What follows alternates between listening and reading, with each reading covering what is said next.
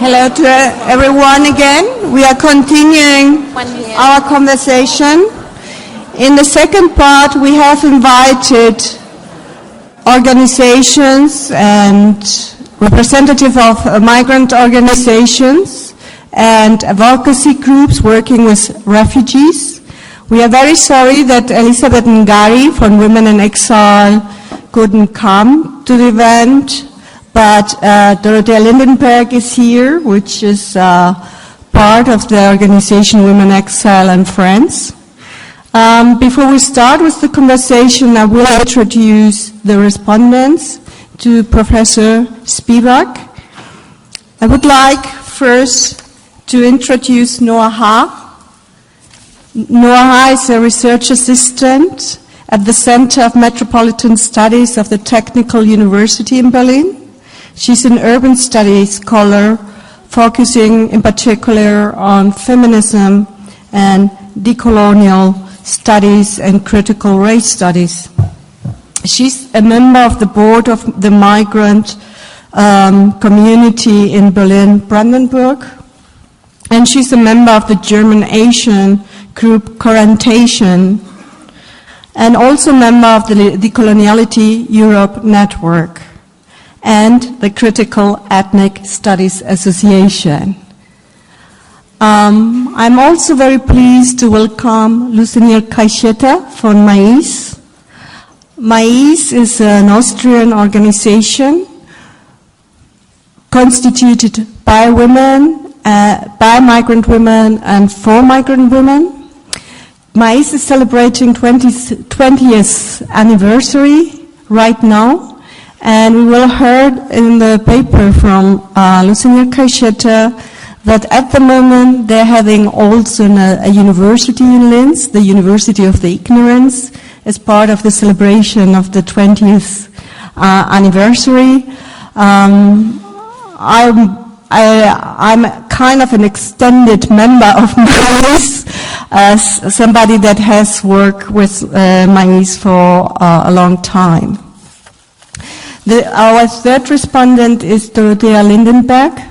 Dorothea Lindenberg is part of the Friends of the Association Women in Exile. The Association Women in Exile was founded in Potsdam in 2011 and is a recognized and a non-profit organization working on refugee women's rights. And they built in 2011 the Women in Exile and Friends group.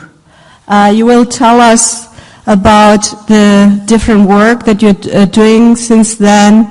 For example, the campaign titled No Lager for Women and other campaigns that Women in Exile has been involved with. So with no further ado, Lucinier Kaicheta will start. It will be a presentation in German and we will project the English translation, as you can see. Are you staying there? Well, I need to be here. Okay.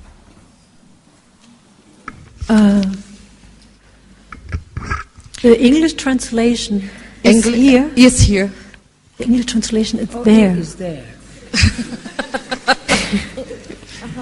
Let me just go and sit down. Yeah. Okay.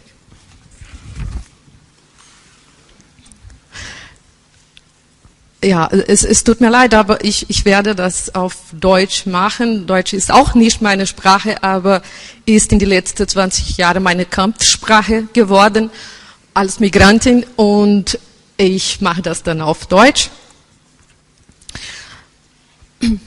Und ich lese das, weil das nicht mein persönliches Statement ist, sondern das haben wir kollektiv vorbereitet.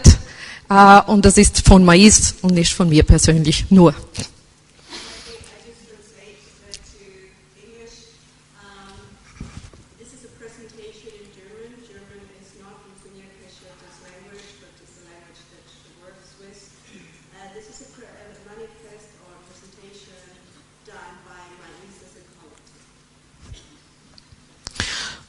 Nur die Anthropophagie verbindet uns. Das ist ein Zitat von dem Manifesto Antropophagico von Oswald de Andrade, 1928.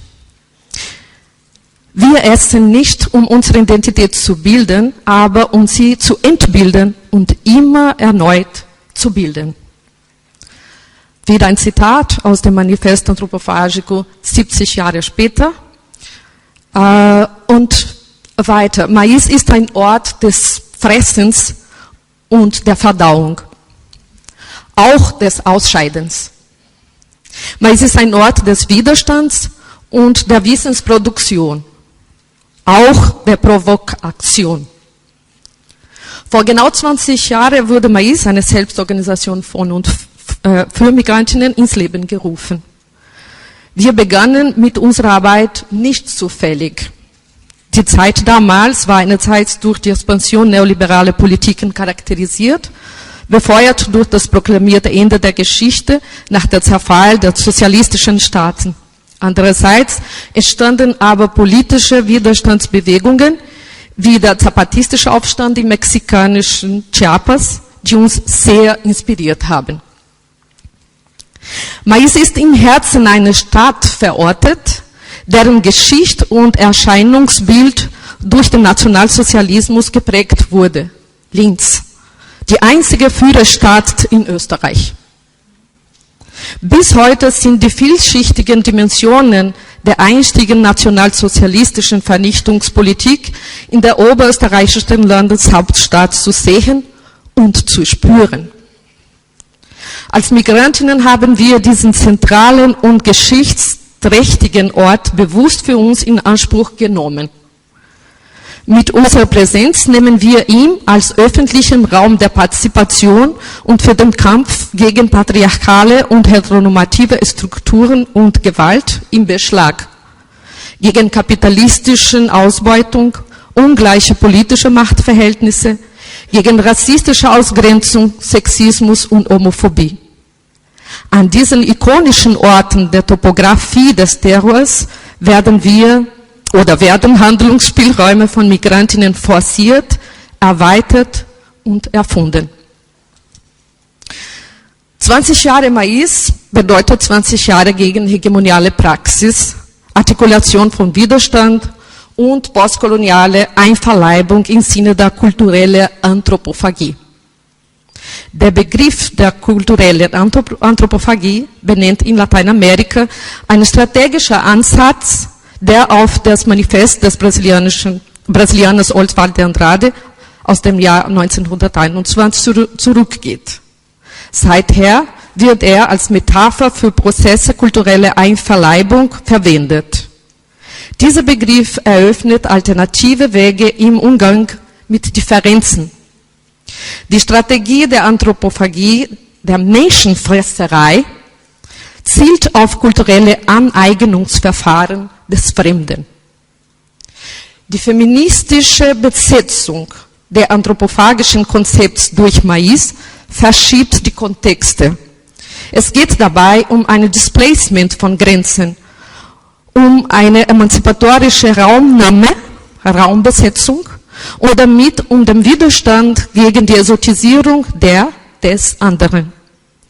Relevant ist nicht nur die Frage, worüber gesprochen wird, sondern auch, wer für wen spricht und was, wann, warum überhaupt als legitimiertes Wissen anerkannt wird. Um eine grundsätzliche Auseinandersetzung mit dem gegenwärtigen geschlechtsspezifischen und rassistischen internationalen Arbeitsteilung und der damit zusammenhängenden Migration führen zu können, beanspruchen wir, uns an der Versuchen der Dekolonisierung zu beteiligen. Dabei betrachten wir Theorie und Praxis sowie Bildung und Macht in ihrer Verstricktheit. Die Arbeit von Mais wird von der strategischen Entscheidung getragen, sich in die hegemoniale Wissensproduktion einzumischen, dort Räume für Migrantinnen zu erkämpfen, wo es für sie keine Räume gibt. Im Bewusstsein über die Gefahr der Vereinnahmung und der Konflikte, die eine solche Einmischung mit sich bringen. Im Bewusstsein über die Verstricktheit in gesellschaftliche Verhältnisse und auch über die damit verbundenen Widersprüche. Unsere Intention ist, Impulse für Verschiebungen zu setzen, Veränderung herbeizuführen und dabei auch uns selbst in Frage zu stellen. Wir wollen Fragen verwerfen und entwerfen. Fragen, die Brüche und Irritationen erzeugen, die Paradoxien, Antagonismen und die Notwendigkeit zum Perspektivenwechseln sichtbar machen. Voraussetzungen dafür ist, neue Strategien und Utopien zu entwickeln. Mais ist immer der Ziel gefolgt, nicht zu sein, sondern zu werden. Um Utopien und Auseinandersetzungen mit der epistemischen Dimension unserer Praxis mehr Raum zu geben, hat sich Mais entschieden, die Universität oder Universitat der Ignorantinnen zu gründen. Der Ausgangspunkt unserer Universität ist die Erkenntnis, dass alle ignorant sind, solange über Wissensbestände verfügt wird und Wissen weiterhin hergestellt wird, ohne die Machtdimension von Wissen und die gewaltvollen Prozesse der Legitimierung und der Delegitimierung von Wissen kritisch zu reflektieren und ohne die daraus resultierenden Konsequenzen für die Praxis umzusetzen. Unsere Utopie ist die gemeinsame Produktion von gegenhegemonialen Wissen. Zentrale Voraussetzungen dafür sind die Berücksichtigung der gewaltvollen Ignoranz, die Gestalt der Ignoranz, so ein Begriff von Spivak, sowie die Berücksichtigung des Konzepts eines wechselseitigen Lehrens, denn kein Mensch ist Tabula rasa. Dabei sind wir mit großen Herausforderungen konfrontiert. Ich zitiere Paulo Freire, um eine dieser Herausforderungen zu erwähnen, im Wissen, dass diese Aussage binäre Darstellungen der Wirklichkeit beinhaltet, die eine dekonstruktive Leseart unterzogen werden müsste. Zitat: Unterdrückten bei ihrem Versuch, ihre Menschlichkeit wieder zu gewinnen, dürfen nicht selbst wieder Unterdrücker der Unterdrücker werden, sondern müssen versuchen, die Menschlichkeit beider wiederherzustellen. Es entsteht der neue Mensch, der weder der Unterdrücker noch der Unterdrückte ist, sondern der Mensch im Prozess der Befreiung. Hier sehen wir einen Zusammenhang mit der neuen Ordnung des Begehrens, von der Spivak spricht. Wir wollen durch die Arbeit in und an der Universität unser Tun in der Tradition anderer Kämpfe stärker einschreiben, welche die Distanz zwischen intellektueller Arbeit und politischem Aktivismus sowie zwischen Theorie und Praxis zu verringern und Wissen zu produzieren versuchen, um die Welt zu verändern. Mit den Worten der Zapatistas: Wir gehen los. Mit unseren vielen Fragen, während wir gehen, werden wir die eine oder andere Antwort finden und noch mehr Fragen. Die Antworten finden wir nur, weil wir gehen. Im Gehen folgen wir Ansätze, Überzeugungen und Ziele, die auch für unsere Universität leitend sind. Erstens, Vermittlung zwischen Theorie und Praxis. Wir setzen Ideen und Konzepte aus der Theorie im Verhältnis zu Fragestellungen und Erfahrungen aus der Praxis. Wir hinterfragen die Praxis. Wir hinterfragen aber auch die Theorie. Wir entwerfen Strategien, Planungen und Methoden. Zweitens, Vermittlung zwischen unterschiedlichen Formen von Wissen. Dazu benutzen wir unterschiedliche Sprachen und Register. Wissensformen werden hierarchisiert, das heißt, Wissensformen werden nicht gleich gewertet. Die Vermittlung berücksichtigt und thematisiert das. Wir stellen die Fragen: Was gilt als Wissen? Wann? Wo? Warum? Wir fragen uns auch. Wir klauen das Wort Vermittlung und entwerfen kakophonische, missklingende, utopische Dialoge. Es sind missstimmige Dialoge.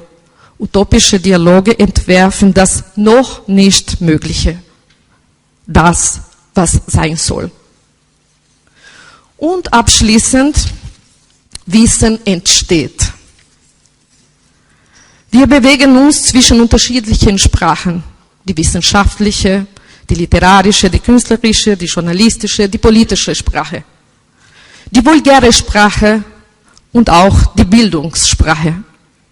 Wir versetzen Grenzen zwischen der Sprachen. Wir bewegen uns zwischen unterschiedlichen politischen und theoretischen Ansätzen und versetzen auch hier die Grenzen. Unsere Universität entwerfen wir auch als einen Ort der Vermittlung und der Wissensproduktion. Ein Versuch, ein Experiment. Es geht um Reden und es geht um gehört werden. Es geht um Reden und es geht um gehört werden wollen. Es geht um die Arbeit an das hegemoniale Hören. Trauend trauen wir uns. Wir weigern uns, die 20 Jahre im herkömmlichen Sinn zu befreien. Trotz aller Gründe zu trauen, weiterhin Utopie, Hoffnung, Empörung und Kampf. Nie wieder ein Österreich ohne uns.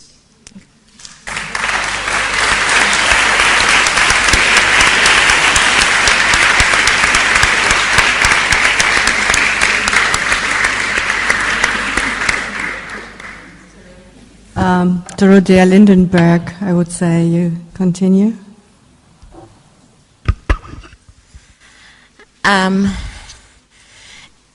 In fact, I prepared a statement which doesn't fit at all to the speech of Professor Spivak, so I try to talk about something different. I am very grateful that Professor Spivak, you pointed out how important education is, and what we right now heard is also giving us an impression of finding new ways to educate each other or to learn for each other and to create a new form of feminist education. So I'll try to tell you a bit what Women in Exile and Friends is doing, and how we are also working in that field of learning from each other. Women in Exile and Friends is an activist group of feminists who are working in struggles for refugee women's rights. Feminists with a refugee background and without refugee background, like I am. So we are not doing theories. We are organizing demonstrations, events, and petitions, and so on. But nevertheless, we have a theory, and this is very closely linked with the history of how Women in Exile was founded and how it all started. So I would like, before I'm talking about how we learn from each other, I would like to read to you how Women in Exile is talking about their own organization. How it all started. And that's a quote from a brochure which you can find outside later on. Already 12 years ago, women asylum seekers were politically active. Then it became obvious that apart from the discriminative laws faced by all asylum seeker women and children, were facing problems of a different kind. These problems are due to the compulsory collective accommodation system, such as lack of privacy, sexual harassment, and violence in the so-called heims. Those problems were not visible to the outsiders or organizations who were interested in helping the asylum seekers to fight against the discriminative laws. Among the women activists, this brought up the idea of organizing an initiative to give women a forum to meet together. Here they could express their fears and needs and try to seek for solutions politically and socially. Women activists from different heims in the state of Brandenburg got together and decided to organize themselves as a group, Women in Exile. And in 2010, the organization launched a campaign, No Lager for Women. The term Lager is very difficult to translate, so we can maybe say collective accommodation, but behind using the term Lager there is a lot of analysis which I have to spare out now.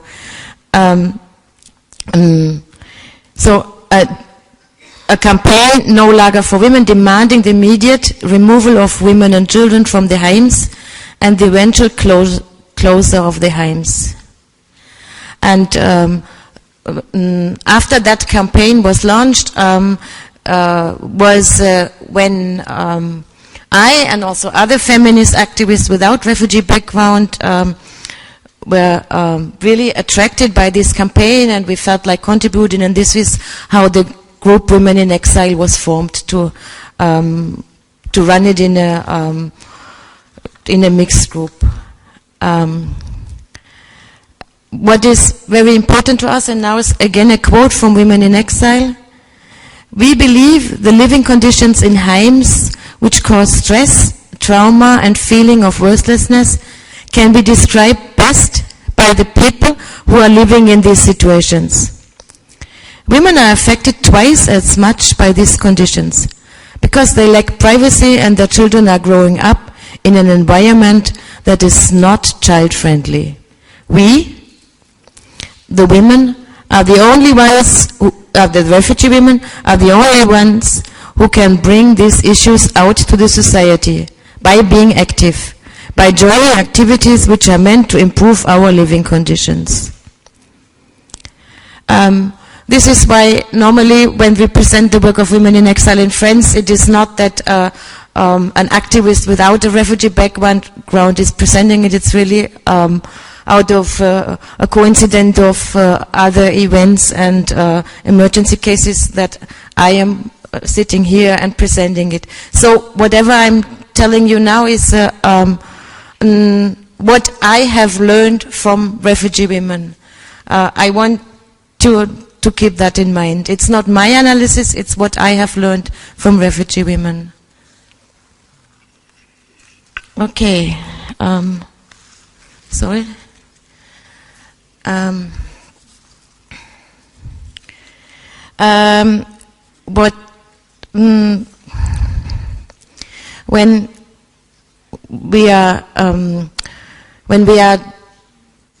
When Women in Exile started to work, they very soon started to organize workshops and kind of empowerment workshops, or later we called them peer education workshops, to learn from each other and also to educate themselves concerning laws which are concerning their living conditions. I'd like maybe very shortly explain a bit about the living conditions of refugee women here in Germany, because maybe not everyone knows. Refugees in generally mostly are accommodated in Germany in so-called collective accommodations, which means they have to share mostly a room with 1 up to 4 other women, many times who are speaking a different language and who they didn't know before at all. Most of the time there is a corridor with one room beside the next, and at the very end of the corridor there is the bathrooms and the toilet, and at the other end of the corridor there is the kitchen.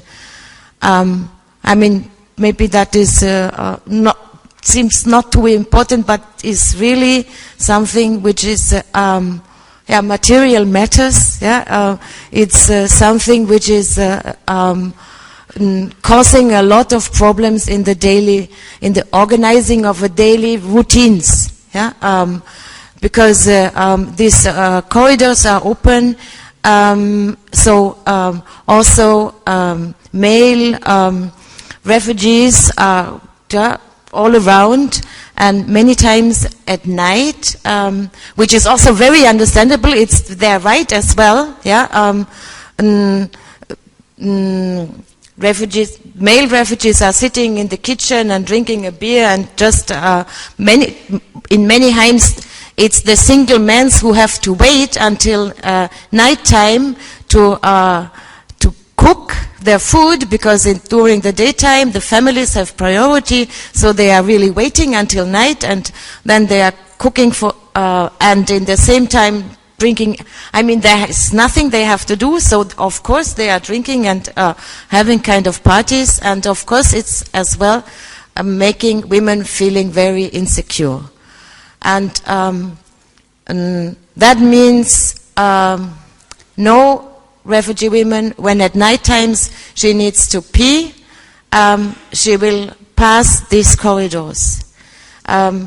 Everyone is having a basket or something in her room.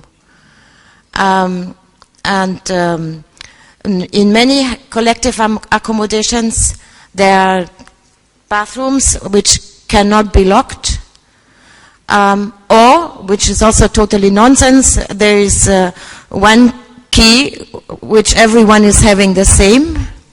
So, and in most accommodations it's like on one floor there is the women's bathroom, and in the other floor there is the men's bathroom, and since men do not feel like running up and down stairs, they will use the women's bathroom as well. Which is just to describe you how insecure life in a collective accommodation is. I could tell you much more about it's most of the time these collective accommodations are in the outskirts of the cities. Maybe a bus twice a day, or every hour, maybe long walking distance for going for shopping, long walking distance for taking the children to school or to kindergarten, and so on. And that is why women in exile, after they made a tour all around Brandenburg, and we're analyzing the situation and taking pictures in many collective accommodations in Brandenburg. They have decided to launch this campaign and to demand that at least women and children should be get the opportunity to have flats. Some other important issues about this situation of refugee women is 2 minutes. Oh, 2 minutes. Is that in many places they still get vouchers instead of cash money. That they have to struggle for getting health care, which is according to their needs, and they are. Because of the Dublin Convention, they are pushed around all over Europe. And many are still having, I mean, maybe you've heard that the government in Germany now wants to change that a bit, but still many are having under a work ban, which means they are not allowed to work at all, and most of them have to fear deportation all the time.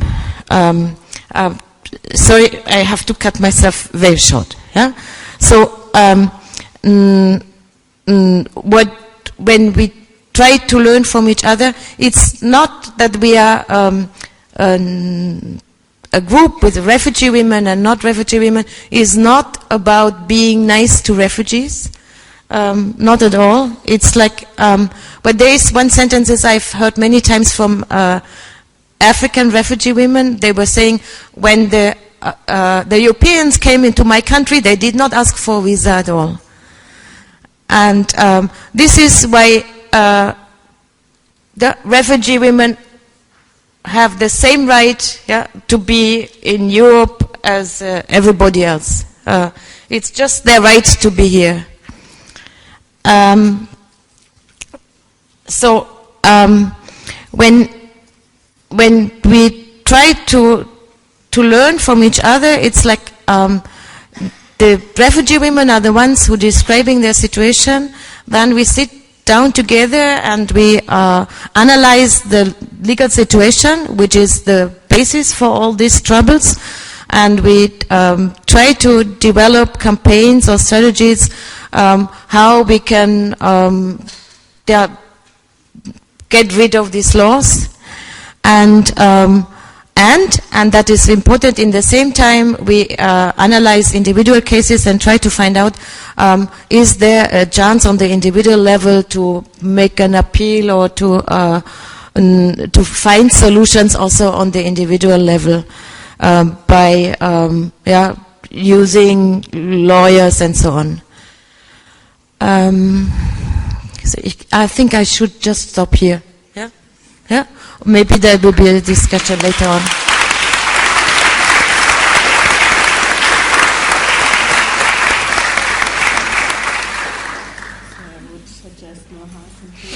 Okay, I'm the last in the round for the comment.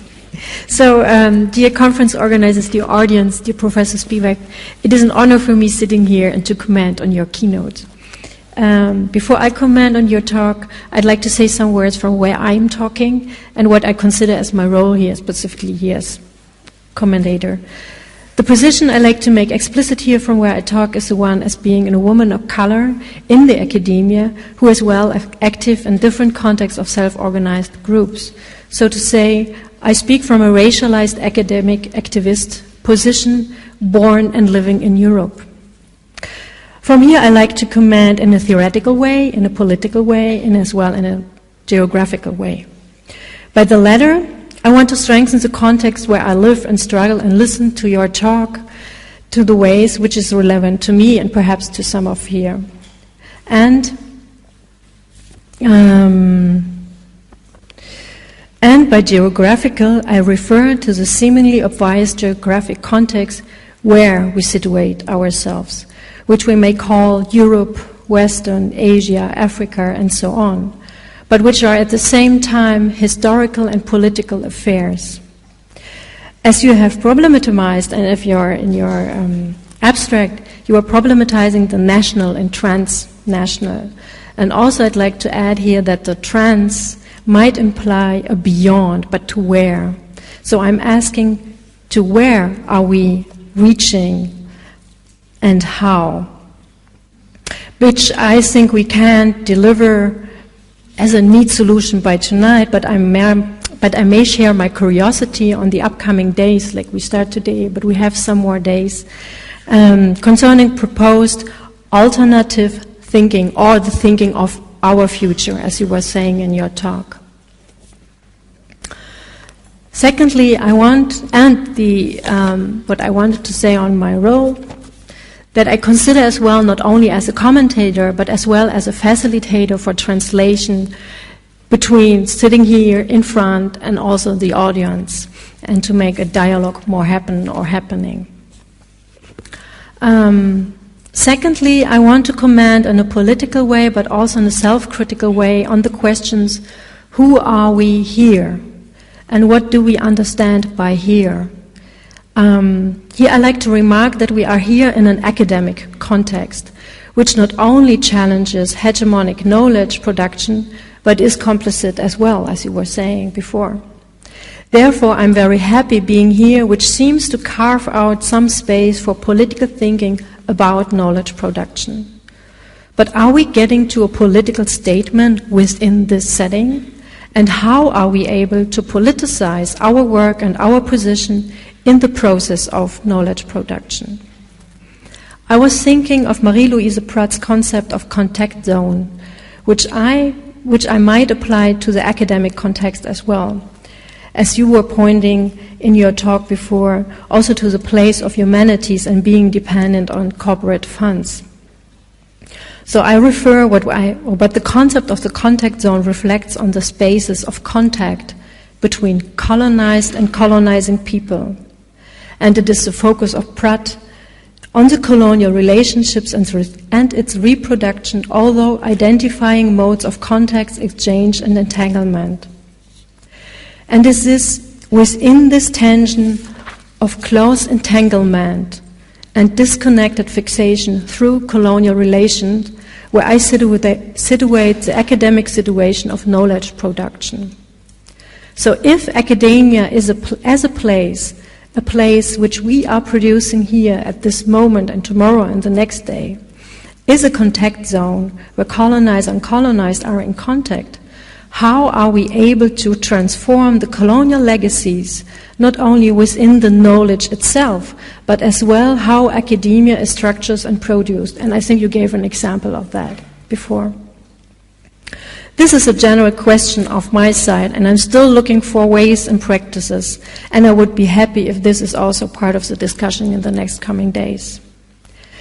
And the other comment in a political way, only regarding the other comment in a political way is always to their understanding of crisis and what we considered as a crisis, what was said also before.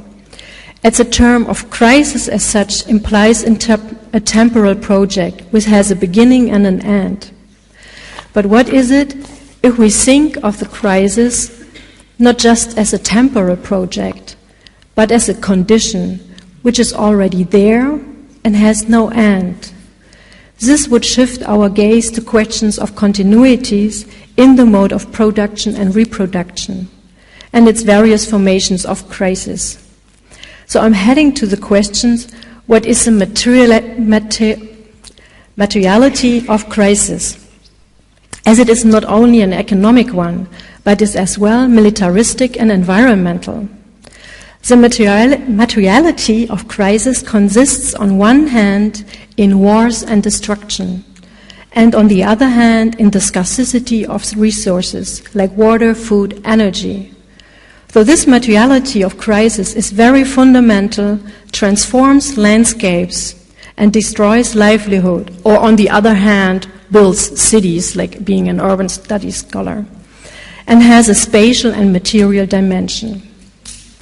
If we think the materiality of crisis as a condition for global capitalism, and not only as an economic crisis, but as a feature to sustain, relocate and reproduce capitalism by destroying the material livelihoods through militaristic logics and wars and by safeguarding basic sources such as water, soil and seeds, then it is the materiality of uneven development in different geographic contexts.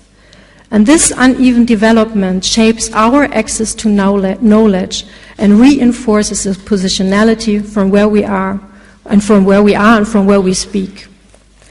So by this question, I like to foreground not only the question how materiality matters to the crisis, but to ask for the very material conditions of the crisis, which is for some the privilege of possessing and for others the disadvantage of being dispossessed.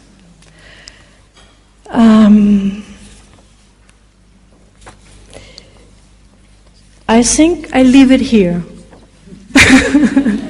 So that's it. Thank you.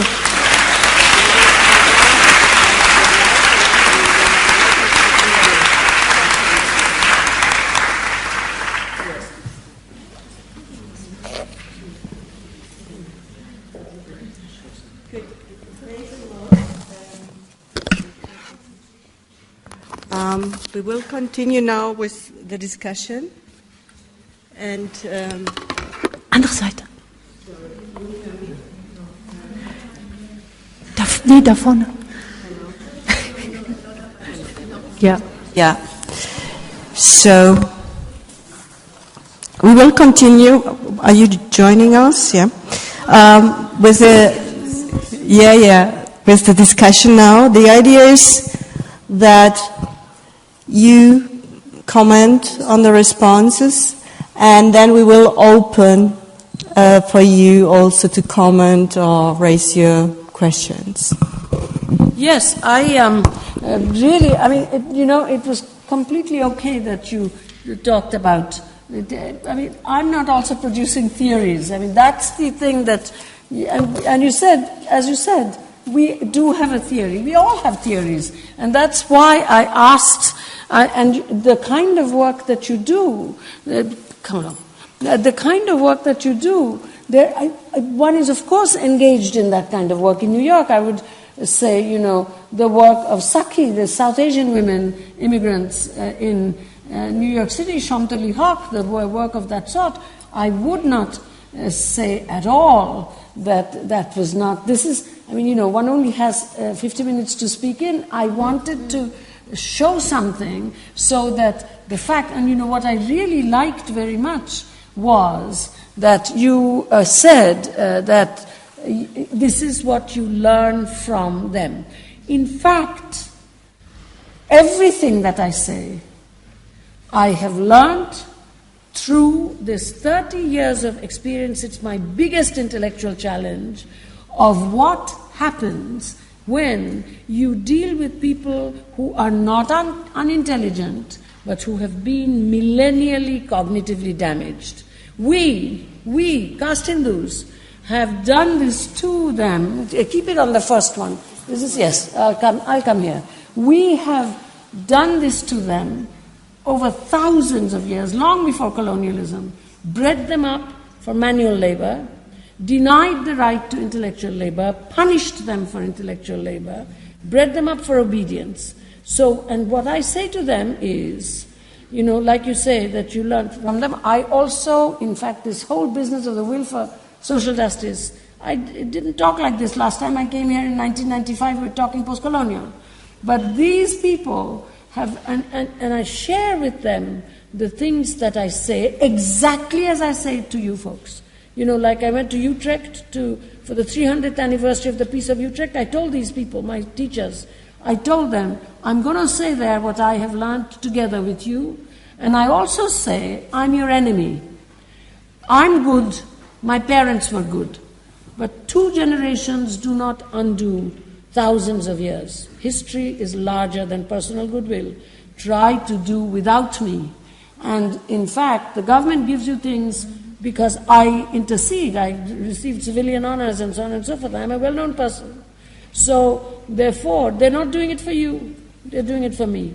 So, try to do without me. So, that is also a theory which I didn't mention here. You know what I mean? So, therefore, see, this building here is our office, right? Now, how was this built? This was built because the rural gentry, my friend, did not like the fact that I was not like the Americans who come in to do good, and to give back, and they know what to do. They have nothing to learn. So therefore, the rural gentry had given them a little half a house kind of thing to stay, and I stayed there. I mean, this quality, less good. The windows were smaller. But at any rate, what happened, you can't see the windows from this one because the picture was taken by someone. Anyway, what they did was, when he came to me and he said, wouldn't you give me some money so that my daughter can teach the women to make bags? I said, I'm very sorry, I'm not, this is not it's just my salary, I don't have funds from anywhere. And number one. And number two, I'm a teacher, I'm not here to teach women how to make bags.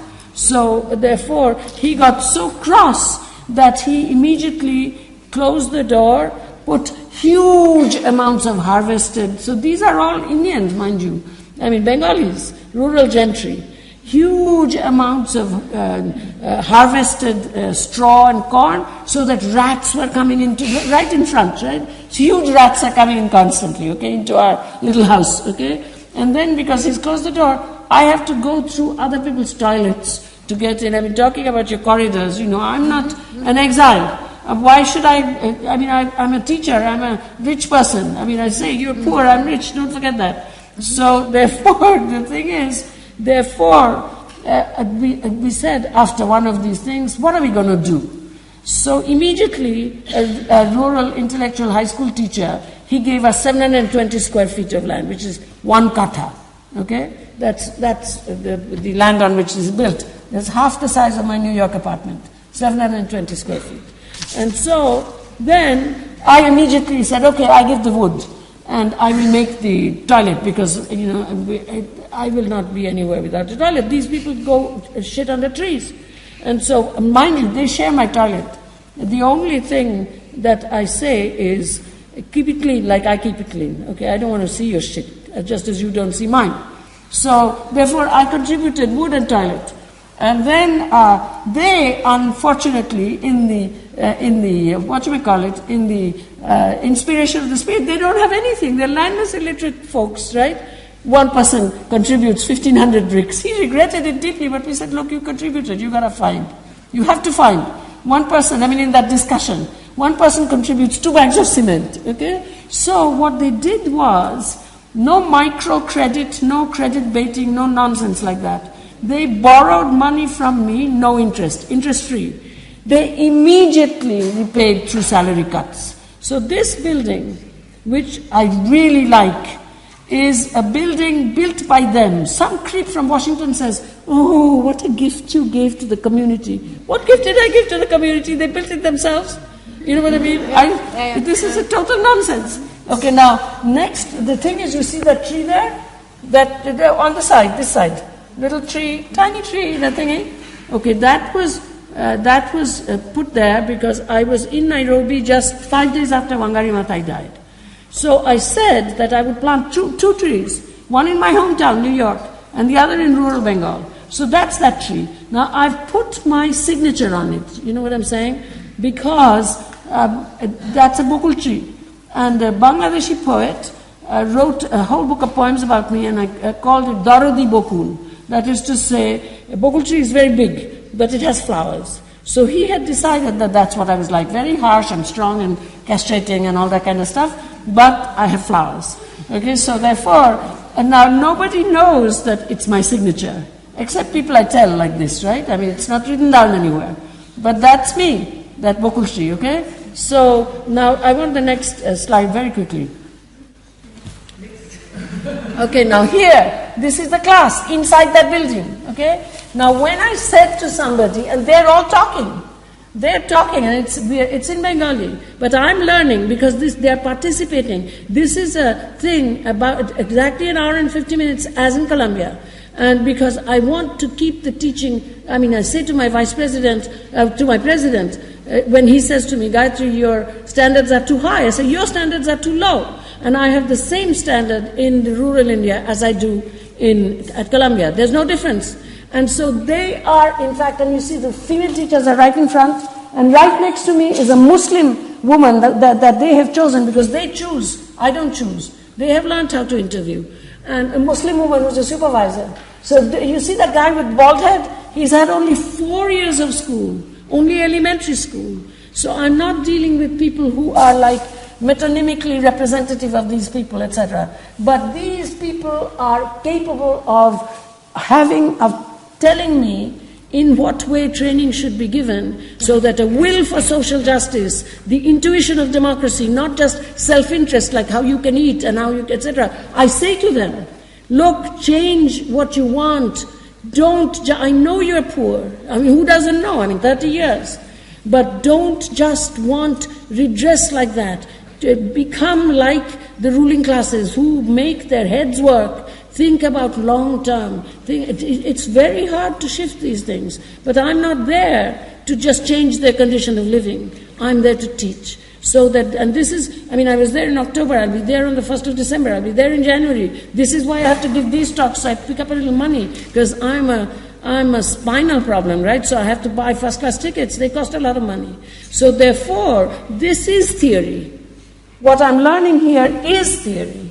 So on the other hand, when I showed this to someone and said that through that door is my bedroom, that person was just completely shocked. He was in Germany and very activist person. You sleep there?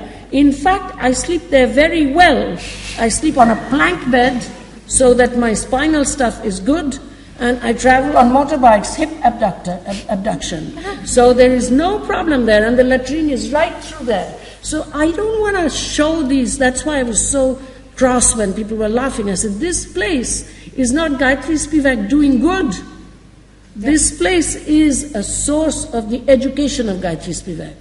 And in fact, I'm able to talk to the bloody, like my classroom in Columbia is also a global classroom. All kinds of people of color who are ready to help. You know what I'm saying? I'm a person of color too. I'm a safe color. You see, this Indian is very safe in the United States because I'm not Hispanic, I'm not black. I don't make trouble, I speak English well. So it's a good color. So, color schmuller. I mean, this is the problem. You see what I'm saying? So therefore, that's what I wanted to show. Why? Now, quickly the next slide. Okay, Columbia class, 1999, unfortunately. Go. Okay, now this guy, you see the strange guy? He's a white Englishman, right? Right in the middle. He told me we were teaching Asiya Jabat that day. I'd forgotten. I showed him this picture. He was completely, today he's tenured at Princeton.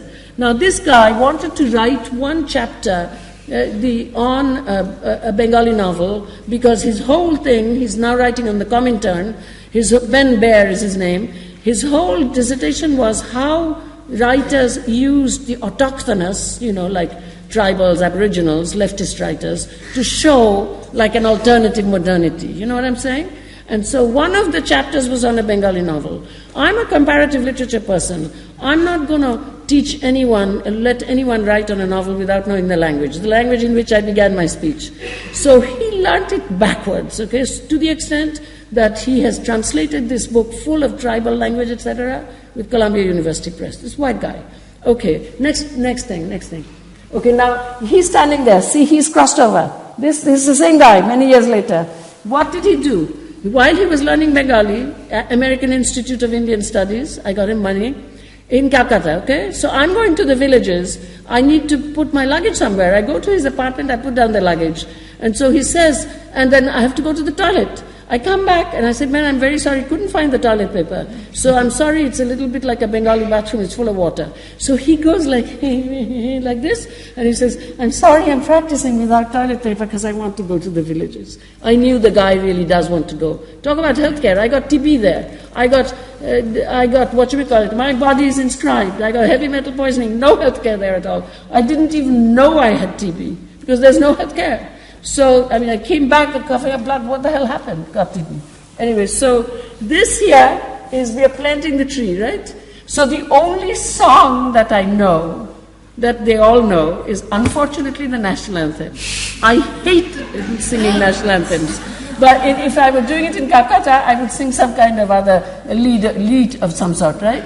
But I was obliged, see, my hand is on my chest.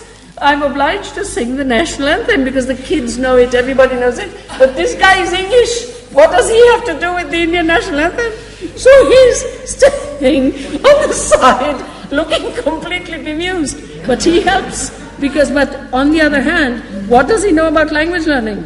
That if you learn very, very well to the extent that you can translate from Bangladeshi peasants and you can give talks in Bengali at Jadavpur University, it's not good enough to teach regional children geometry and geography and see? So he is really, really learning. You know what I mean? He sits with those guys in my classroom, etc. So just go to the next one, quickly.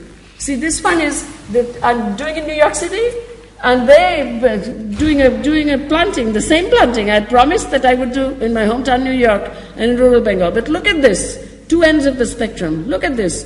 They said, oh, Professor Spivak, you couldn't possibly do it in your neighborhood. It's got to be in Morningside Park with the commissioner for the parks, or all the parks in the New York 5 boroughs.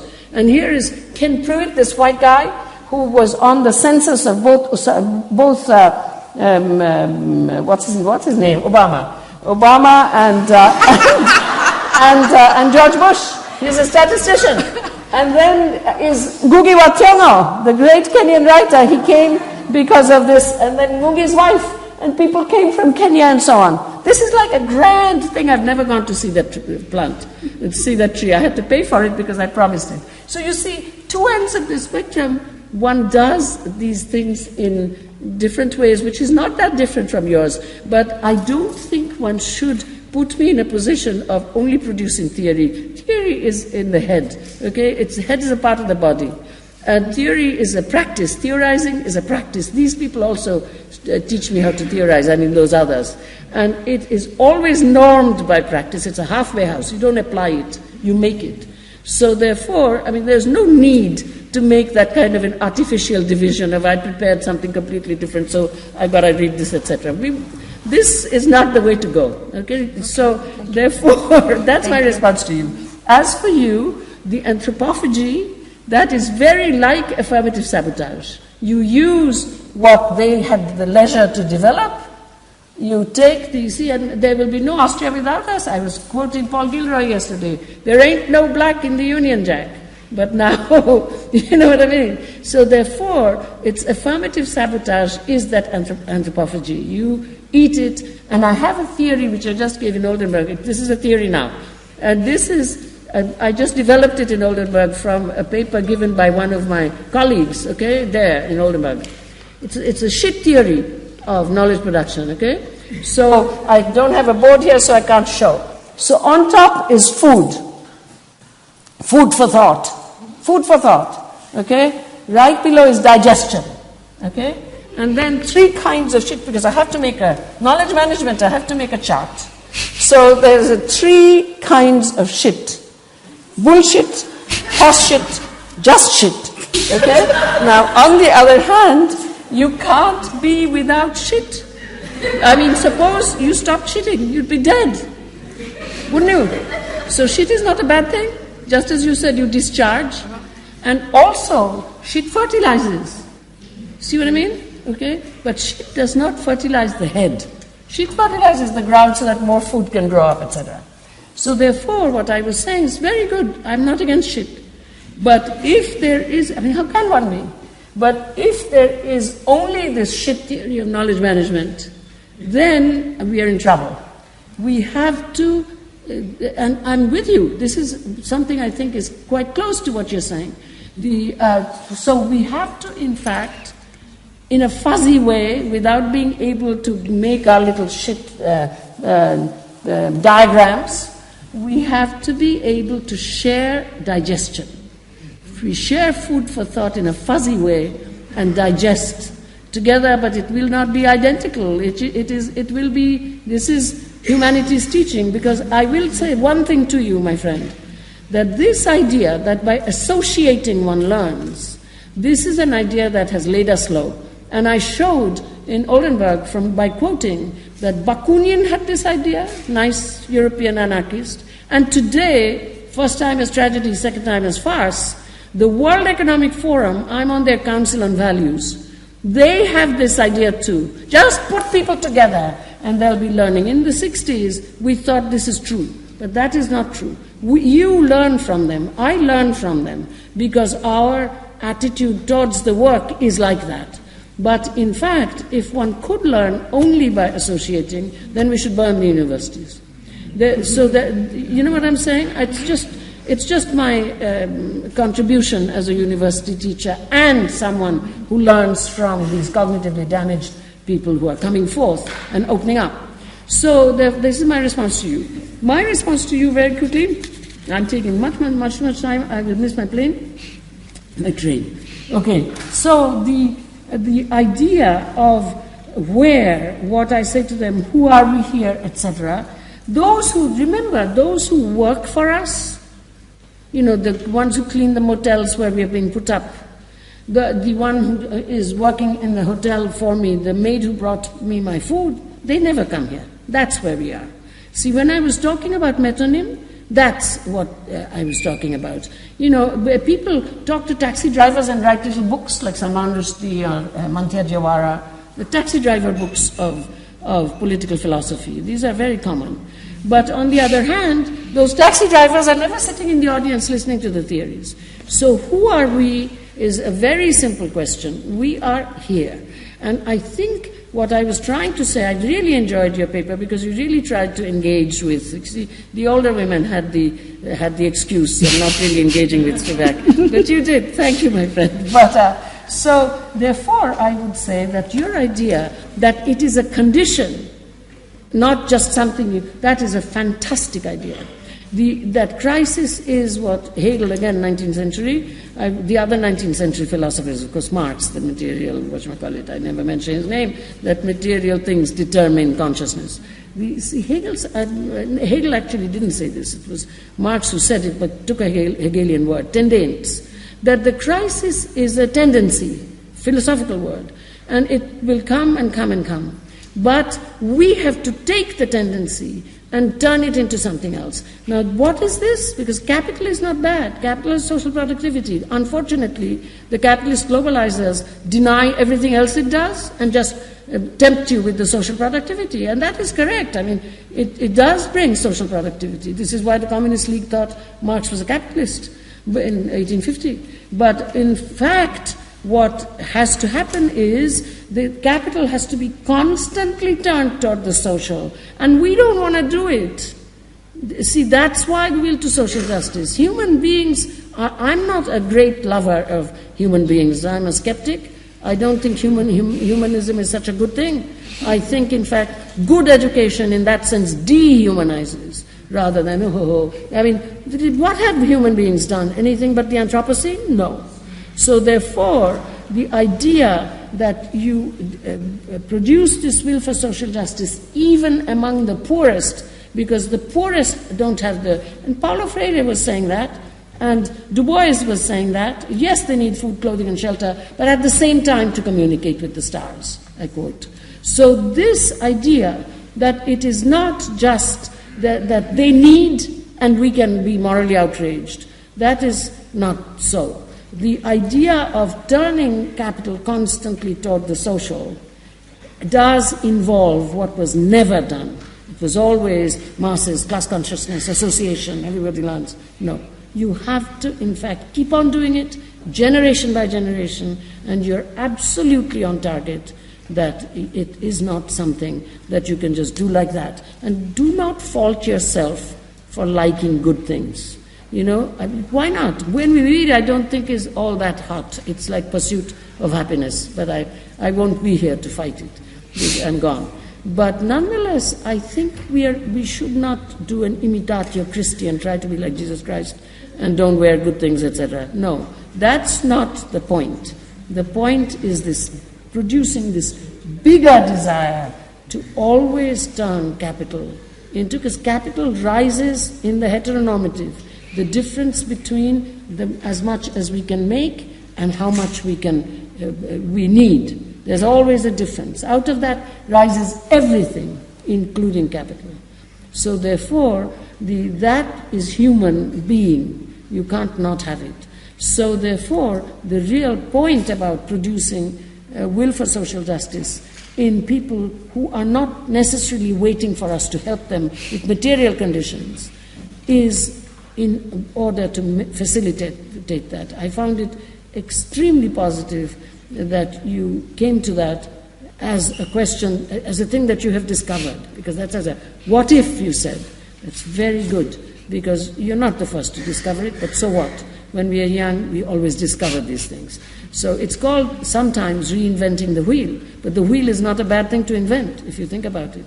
I do it, I still do it. So don't worry about it. I really liked that point. So this is my response to the three of you. I've taken a great deal of time.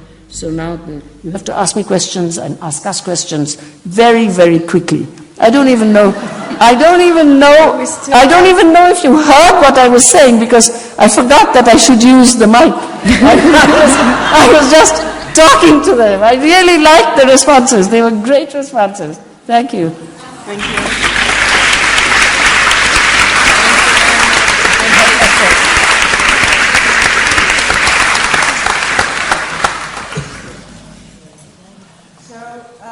We will open now the discussion and collect some questions or comments. No? Yeah?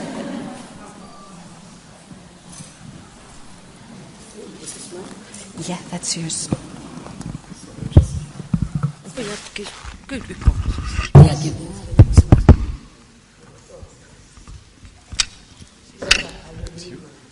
Who was it?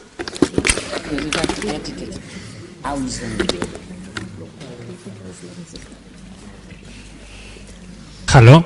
Yeah. Yes. So I would like to ask, so Western education has failed in times of crisis, has failed in the past, we all know, and is failing right now. So I would like to ask, the average debt of Africa, it's more than what they produce, the gross national product. So they cannot do anything because, and whatever material we give back is actually nothing. So I would like to ask the education part. Material is actually what? I didn't hear the word. Whatever material they produce is actually, and then what did you say? No, I say because of their debt, whatever West gives back in forms of human rights, aid, and so on, is practical luft, air, nothing. So how education, when education has failed in the West, what kind of education can succeed in these countries? Thank you very much.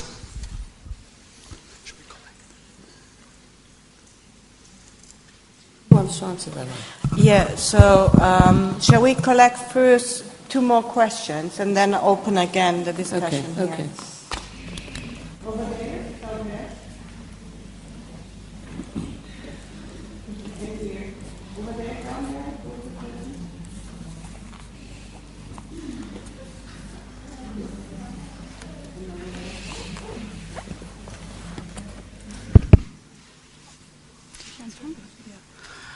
I have a comment to Frau Lindenberg, because actually I'm not so happy with how you described men in homes for people who seek asylum in Germany. Maybe it's just I don't know how you came to your description, but at some point you said they are sitting there and of course they are drinking because they have nothing to do and they are having a kind of a party.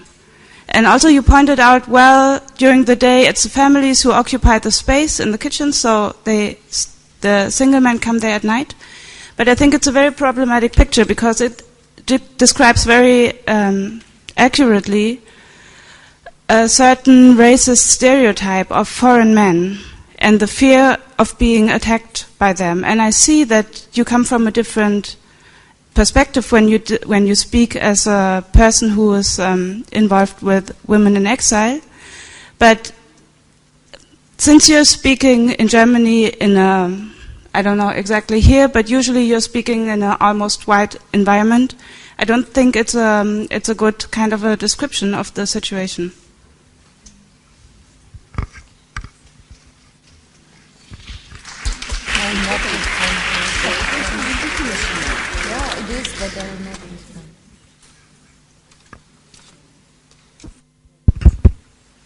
Hello. What I wanted to say is, first of all, thank you very much for the wonderful keynote speech. And secondly, I pop over to Hong Kong quite often, and I've been spending some time with the Umbrella Revolution and talking about education and social justice. I mean, there you have a total mix of young people, old people, people who are rich, people who are poor, getting together to say, look, no, this is what we want this democracy, and we're keeping it here for our children and for our children's children, and this is what we are fighting for, and they're prepared to have this very, very peaceful demonstration to achieve what democracy and social justice for the people. And there's no violence at all. If somebody comes and says something towards it to them, the people, the protesters just stand up and sing happy birthday to you. It is the most amazing place, and I wondered if you'd actually had a chance to visit them or to chat to any of them. So I would open now the round here, but not only in regard to the questions you said, also in regard to the dialogue you're having. So it's who would like to start first?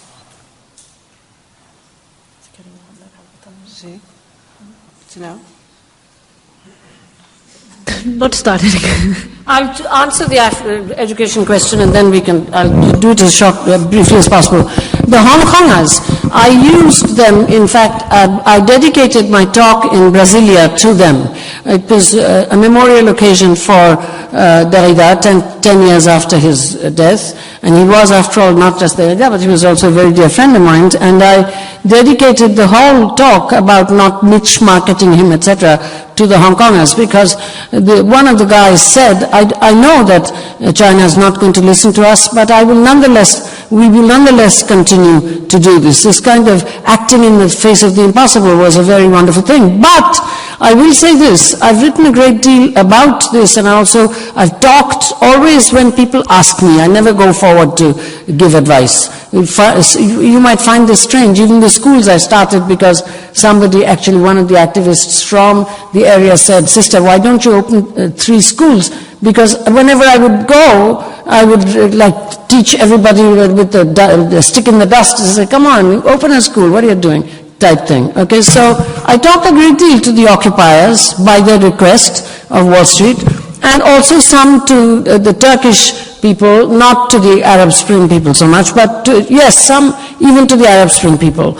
Now, my point is that the general strike subject has, for reasons that I'm not going to go into in detail now, has moved from the worker in industrial capitalism to the citizen deprived of the welfare structures of the state. So therefore you get the 99%, the occupiers, the guys and girls in Tahrir Square, and so on and so forth. Now, I'm obliged to say, as a political activist, now this is a very different line about which I have not spoken here at all. It has nothing to do with what we're doing since 1957. I'm sorry I am to say it, but political passion, good political passion, this is why I was talking about self-interest, incandescent political passion, correct political passion, does not necessarily lead to the establishment of permanent political structures. This is, Rosa Luxemburg knew it, and since you got a little money from the foundation, she certainly knew it. Go and read again her extraordinary, that crippled Polish woman. It was not easy to write, correcting Marx and Engels. She repeats and repeats and repeats. That's a technique rather than arguing in that fantastic Massenstreich. There, she does point this out. That, and Gramsci of course points this out in one of his little notes on Machiavelli, that somehow we must turn political passion into something that can construct permanent political structures. So that's that. And as for Western education, I was not particularly talking about any kind of education.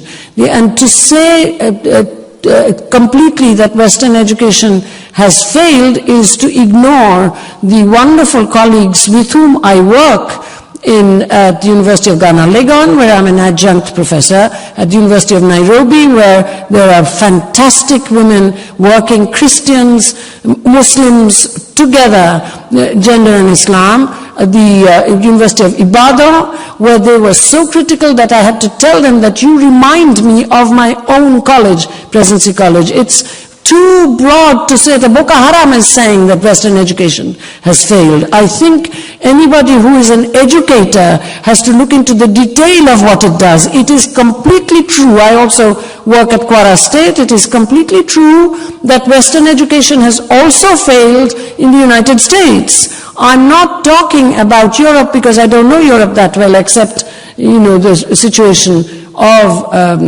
this migrant oppression. That's a very different thing.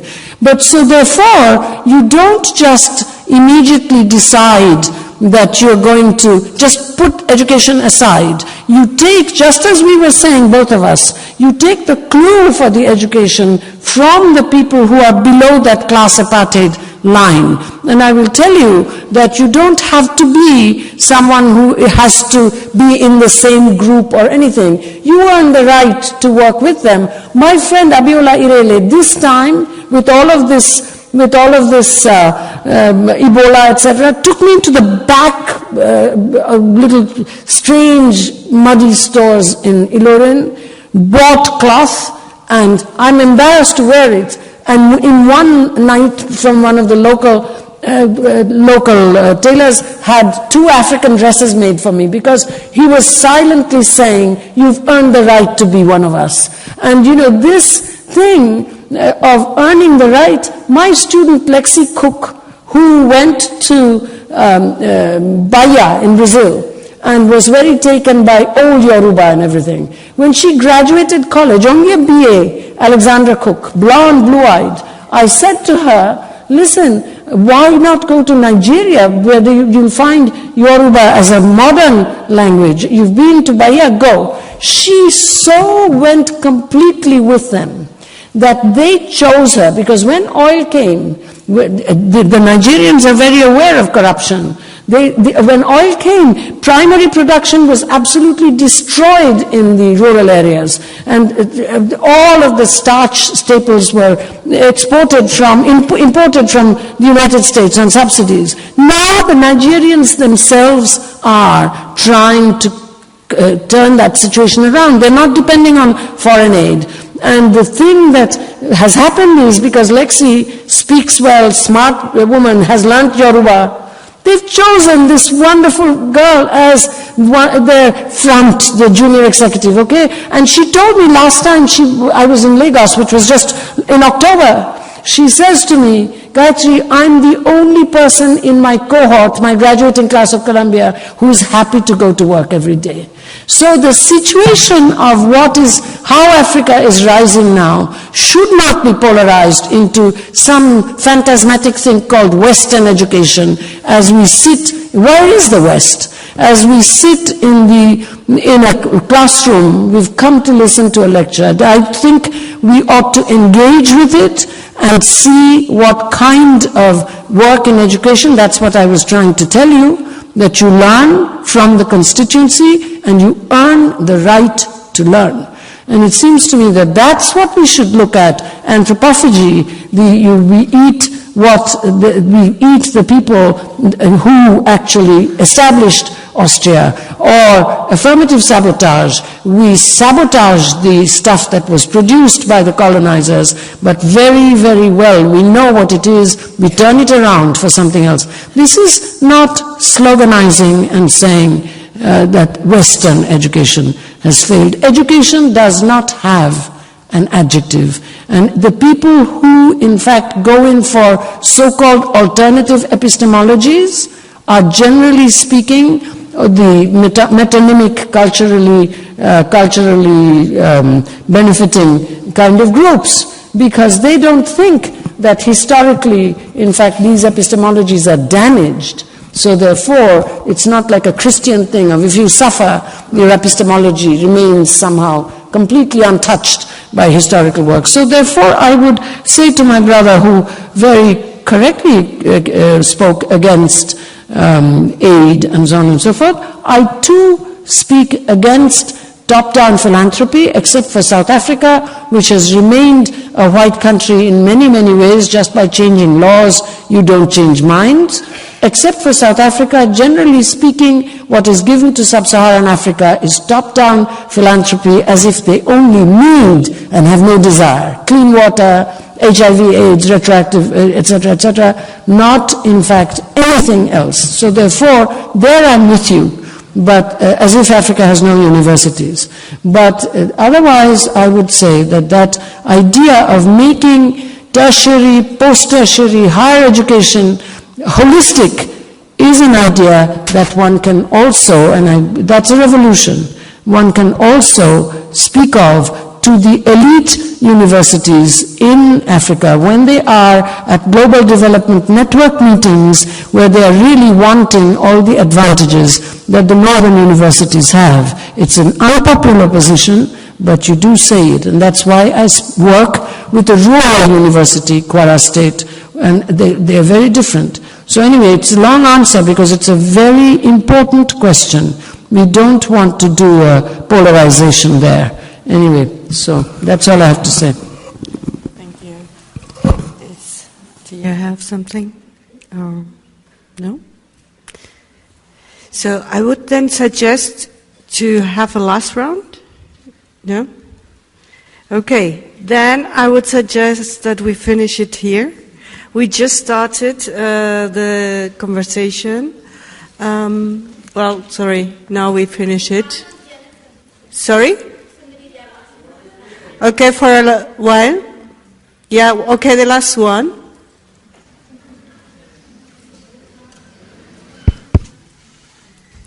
Thank you very much to have this opportunity, because I thought it is important that I bring myself out. I don't want people to talk about them. I am a refugee woman from Brandenburg, and if there's anybody who has something to say about the refugees, please ask me.